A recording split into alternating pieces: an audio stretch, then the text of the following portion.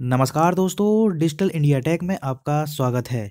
दोस्तों, इस वीडियो में हम बात करने वाले हैं इलेक्ट्रॉनिक मैकेनिक के मॉक टेस्ट नंबर 7 के बारे में, जिसमें मैं आपके लिए इंपॉर्टेंट क्वेश्चंस लेकर आया हूं। तो लगाइए पूरे सेट को और साथ में जितने नंबर बनते हैं आपके प्लीज़ कमेंट बॉक्स में ज़रूर शेयर कीजिए। साथ ही दोस्तों, इससे पहले के मॉक टेस्ट की वीडियो मैं बना चुका हूँ, उसका लिंक मैंने नीचे डिस्क्रिप्शन में प्रोवाइड करा दिया है, आप वहाँ से भी देख सकते हैं। और जिन्होंने अभी तक मेरे चैनल को सब्सक्राइब नहीं किया है, प्लीज़ मेरे चैनल को सब्सक्राइब करके बेल आइकन को दबाना ना भूलें। चलिए स्टार्ट करते हैं। फर्स्ट क्वेश्चन है, the power requirement of LED, यानी कि जो एलईडी होती है उसको कितने पावर की रिक्वायरमेंट होती है। तो उसका सही आंसर है पहला 40 मिली वॉट पर न्यूमरल। एलईडी है दोस्तों, एलईडी को वोल्टेज की बात की जाए तो वोल्टेज 1 से लगभग 3 वोल्ट वोल्टेज की आवश्यकता होती है। करंट की बात करें तो 10 से लेके 15 मिली एम्पियर की करंट की चाहिए। और साथ ही अगर पावर यानी पावर की बात की जाए तो 40 यानी कि 10 से लेके 45 मिली वॉट पावर की ज़रूरत होती है, जिसके लिए इसमें आपका 40 वाला आंसर बिल्कुल सही होगा। तो ठीक है दोस्तों, आपको पहले क्वेश्चन में मैंने तीनों बता दिया, आपका वोल्टेज, करंट एंड पावर। इसके बाद नेक्स्ट क्वेश्चन है, the solar cell is made of. जो सोलर सेल होते हैं हमारे, वो किसके बने होते हैं। तो ये आपको पता होगा, ये हमारे बने होते हैं सेमीकंडक्टर, जिसमें सबसे ज़्यादा यूज होता है सिलिकॉन। उसके बाद नेक्स्ट है, in a UPS the failure of AC input supply is indicated by, यानी कि यूपीएस में जब पावर सप्लाई एसी फेल हो जाती है, उस कंडीशन में वो क्या होता है उसमें। फर्स्ट ऑप्शन है इसमें अ रेड एलईडी ओनली, उसके साथ सेकंड है अ बजर ओनली, या next both red LED and buzzer, या नन ऑफ दीज। तो दोस्तों आपको पता होगा, यूपीएस में पावर सप्लाई की कंडीशंस में both red LED and buzzer दोनों होता है। एक बजर होता है, हल्का सा बीप करता है, उसके साथ ही आपकी रेड एलईडी ऑन हो जाती है। तो ये था इसका आंसर थर्ड वाला। उसके बाद नेक्स्ट ऑप्शन है, the logic gate the accepted 3 input including an input carry is named as, यानी कि जो लॉजिक सर्किट है उसमें 3 इनपुट को अगर कैरी के साथ इंक्लूड कर दिया जाए तो वो कौन सा सर्किट होता है। तो वो दोस्तों होता है हमारा फुल एडर में। फुल एडर में फुल एडर क्या करता है, 2 या 2 से ज़्यादा बिटों को ऐड करता है, बिट के साथ अगर कैरी भी हो तो अब भी चलेगा। ठीक है दोस्तों, तो इसका सेकंड वाला आंसर बिल्कुल सही होगा। उसके बाद नेक्स्ट क्वेश्चन है, the number of discrete state used in a digital system, यानी कि डिजिटल सिस्टम में डिस्क्रीट स्टेट्स का मतलब है आपकी कितनी स्टेट यूज़ होती हैं। तो आपको पता होगा, डिजिटल सिस्टम में केवल और केवल 2 स्टेट यूज़ होती हैं, यानी कि कौन सी, 0 और 1। तो यहाँ पर आपका सेकंड वाला आपका आंसर बिल्कुल सही होगा। ठीक है दोस्तों, सेकंड। उसके बाद नेक्स्ट क्वेश्चन है, अ डायक इज अ इक्विवेलेंट टू। तो डायक किसके इक्विवेलेंट को हम मानते हैं। ये क्वेश्चन दोस्तों इंपॉर्टेंट है, एग्जाम में काफ़ी बार पूछा जा चुका है। तो दोस्तों इसका सही आंसर है पेयर ऑफ 4 लेयर एससीआर। ठीक है दोस्तों, पेयर ऑफ 4 लेयर एससीआर के इक्विवेलेंट होता है हमारा डायक। उसके बाद नेक्स्ट क्वेश्चन है, in a RC phase shift oscillator the minimum number of RC network to be connected in cascade, कितने आरसी नेटवर्क की हमें ज़रूरत होती है। तो दोस्तों हमें 3 आरसी नेटवर्क की ज़रूरत होती है। ठीक है दोस्तों, तीनों आरसी नेटवर्क 60-60 डिग्री के फेस एंगल पर लगे होते हैं। तो टोटल हमें यहाँ पर आरसी नेटवर्क में 180 का फेस शिफ्ट मिल जाता है। तो इसका यहाँ पर तीसरा आंसर आप यानी कि थर्ड वाला आप बिल्कुल सही होगा। उसके बाद नेक्स्ट क्वेश्चन है, the magnitude of the base current is typically of the order of, यानी कि ये दोस्तों हमें यहाँ पर बताना है बेस करंट का और एमीटर करंट। तो दोस्तों बेस करंट होती है ट्रांजिस्टर में, वो माइक्रो एम्पियर में होती है, जबकि एमीटर करंट हमारी होती है मिली एम्पियर में। ठीक है दोस्तों, तो इस कंडीशंस में यहाँ पर सेकंड वाला ऑप्शन आपका फॉलो करता है, बेस करंट माइक्रो एम्पियर में और एमीटर करंट मिली एम्पियर में। तो यहाँ ये था इसका सेकंड वाला ऑप्शन बिल्कुल सही। उसके बाद नेक्स्ट क्वेश्चन है, सिलिकॉन की परमाणु संख्या, यानी कि एटॉमिक नंबर उसका सिलिकॉन का 14 है। इसका मतलब क्या होता है, तो आपको पता होगा एटॉमिक नंबर ही बराबर होता है प्रोटॉनों की संख्या के बराबर। तो यहाँ पर आपका पहला वाला ऑप्शन बिल्कुल सही होगा, 14 प्रोटॉन होंगे उसमें। उसके बाद नेक्स्ट क्वेश्चन है, the DC to DC converter और चॉपर क्या कर सकता है। डीसी टू डीसी कन्वर्टर जो है दोस्तों या चॉपर है, वो क्या कर सकता है। तो उसका दोस्तों सही आंसर है स्टेप अप और स्टेप डाउन डीसी वोल्टेज।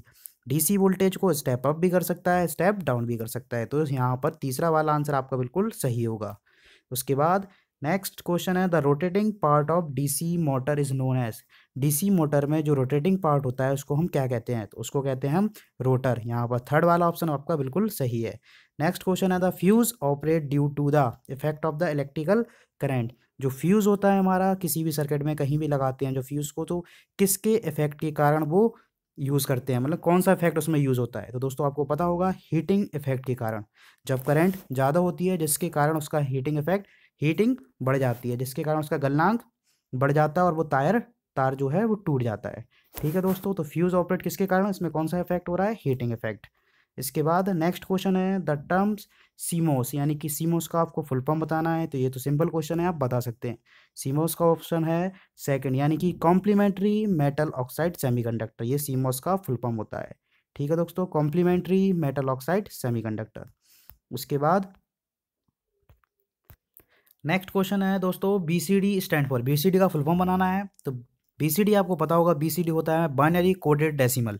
ठीक है दोस्तों, तो यहाँ पर आपका सेकंड वाला ऑप्शन बिल्कुल सही होगा, बाइनरी कोडेड डेसिमल। उसके बाद नेक्स्ट क्वेश्चन है a thyristor is a semiconductor switch which is, जो थायरिस्टर होता है एससीआर उसको हम कैसे मानते हैं। तो इसका सही आंसर है दोस्तों पहला, यूनिलिटरल होता है एंड अस्टेबल।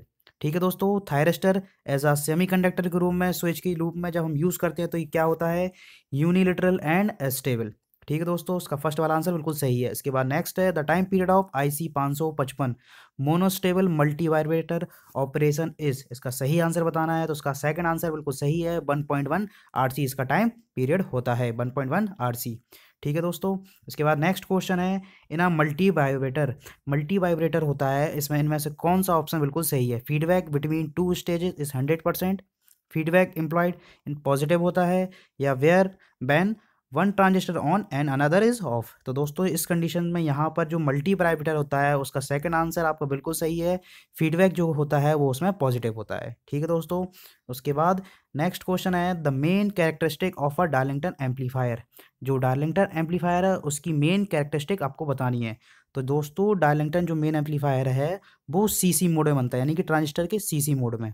और सीसी मोड में आपको पता होगा ट्रांजिस्टर के लिए, उसके लिए आपका इनपुट इम्पीडेंस हाई होता है, आउटपुट इम्पीडेंस लो होता है, और सीसी मोड में आपका करंट गेन हाई होता है। अब यहाँ पर देखिए आपका कौन सा ऑप्शन बिल्कुल सही है, high input impedance, low output impedance and high current gain. तो यहाँ पर आपका थर्ड वाला ऑप्शन बिल्कुल सही होगा।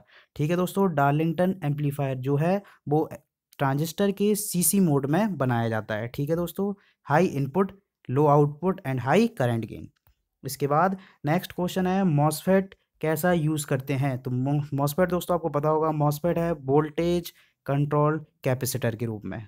ठीक है दोस्तों, मॉसफेट क्या है, वोल्टेज कंट्रोल कैपेसिटर के रूप में इसको हम यूज करते हैं, जबकि बीजेटी करंट कंट्रोल डिवाइस है। इसके बाद नेक्स्ट क्वेश्चन है LVDT core is made up of, जो एलवीडीटी की कोर है वो किसकी बनी होती है। तो उसका दोस्तों सेकंड ऑप्शन बिल्कुल सही है, a solid ferro electrical material की आपकी एलवीडीटी की जो कोर है वो बनी होती है। ठीक है दोस्तों, तो ये आपको याद रखना है। उसके बाद नेक्स्ट क्वेश्चन है वह सॉफ्टवेयर होता है जो अन्य सभी सॉफ्टवेयर प्रोग्राम को नियंत्रित करता है और बुनियादी कार्य करने की अनुमति देता है। इनमें से कौन सा है जो सभी सॉफ्टवेयर प्रोग्राम को नियंत्रित करता है और अपने काम करने की अनुमति देता है। तो दोस्तों इसका सही आंसर है ऑपरेटिंग सिस्टम। कंप्यूटर में हमारा ऑपरेटिंग सिस्टम ही है जो सभी सॉफ्टवेयर को प्रोग्राम करने की अनुमति देता है। तो यहाँ पर आपका फोर्थ आंसर आपका बिल्कुल सही होगा। उसके बाद नेक्स्ट क्वेश्चन है language is use to create web page along with text, इनमें से किसका यूज हम करते हैं वेब पेज बनाने के लिए। तो दोस्तों आपको ये पता होगा, इसका सही आंसर है दोस्तों third, HTML hyper text markup language. तो इसका थर्ड आंसर आपको बिल्कुल सही होगा। उसके बाद नेक्स्ट क्वेश्चन है इन RC coupled amplifier the voltage gain, जो RC कपल्ड एम्पलीफायर होता है उसमें वोल्टेज गेन क्या होता है। तो इसका सही आंसर है first, remain almost constant over a range of frequency, लगभग इसमें जो फेज शिफ्ट है यानी कि जो RC कपल्ड एम्पलीफायर में जो वोल्टेज गेन मिलता है लगभग एक फ्रिक्वेंसी के लिए लगभग एक नियत मिलता है। ठीक है, इसके बाद नेक्स्ट आपका क्वेश्चन है IGBT, यानी कि IGBT होता है insulated gate bipolar transistor,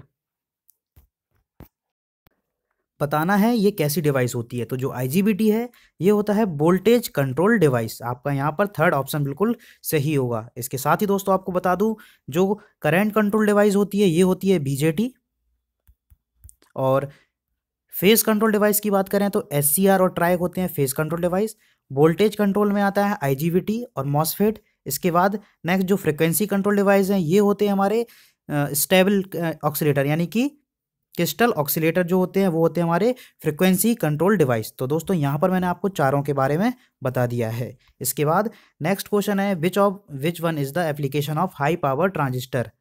high power transistor के लिए आपकी एप्लीकेशन बताना है, तो इसका यूज़ कहाँ हम करते हैं, तो इसका यूज़ होता है दोस्तों ऑडियो एम्पलीफायर में। यहाँ पर आपका सेकंड ऑप्शन आपका बिल्कुल सही होगा। उसके बाद दोस्तों, तो दोस्तों ये थे आज के 25 क्वेश्चन। पूरे सेट को लगाइए, साथ में आपके जितने भी नंबर बनते हैं प्लीज़ कमेंट बॉक्स में ज़रूर शेयर कीजिए। आपका कोशिश कीजिए 20+ नंबर ज़रूर आए। प्लीज़ वीडियो को लाइक कीजिए, और अगर आप टेक्निकल के थ्योरी सेक्शन को कवर करना चाहते हैं तो मेरे चैनल की प्लेलिस्ट में जाकर आप टेक्निकल के वीडियो भी देख सकते हैं। तो प्लीज़ मेरे चैनल को सब्सक्राइब करके बेल आइकन को दबाना ना भूलें। मिलते हैं नेक्स्ट वीडियो में। धन्यवाद।